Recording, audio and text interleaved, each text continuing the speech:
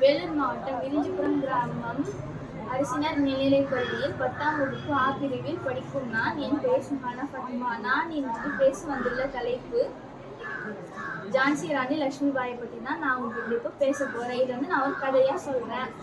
இவங்க வாரணாசி என்ற ஊரில் தான் பிறந்தாங்க. இவங்களுடைய அப்பாவுடைய பெயர் மோரோ பந்தபோ, அம்மாவுடைய பெயர் பகிரதி.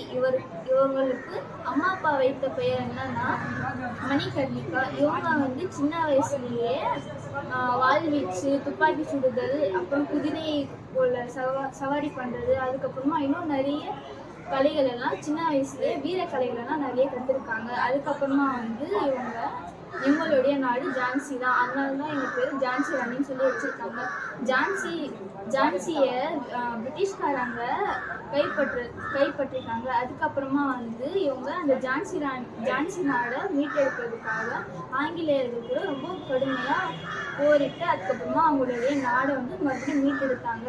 அதுக்கப்புறமா ஆங்கிலேயர்கள் கூட நடந்த பெரிய போரில் இவர் 1858ஆம் ஆண்டு ஜூன் 18ஆம் தேதி இவங்க வீர மரணம் அடைகிறாங்க.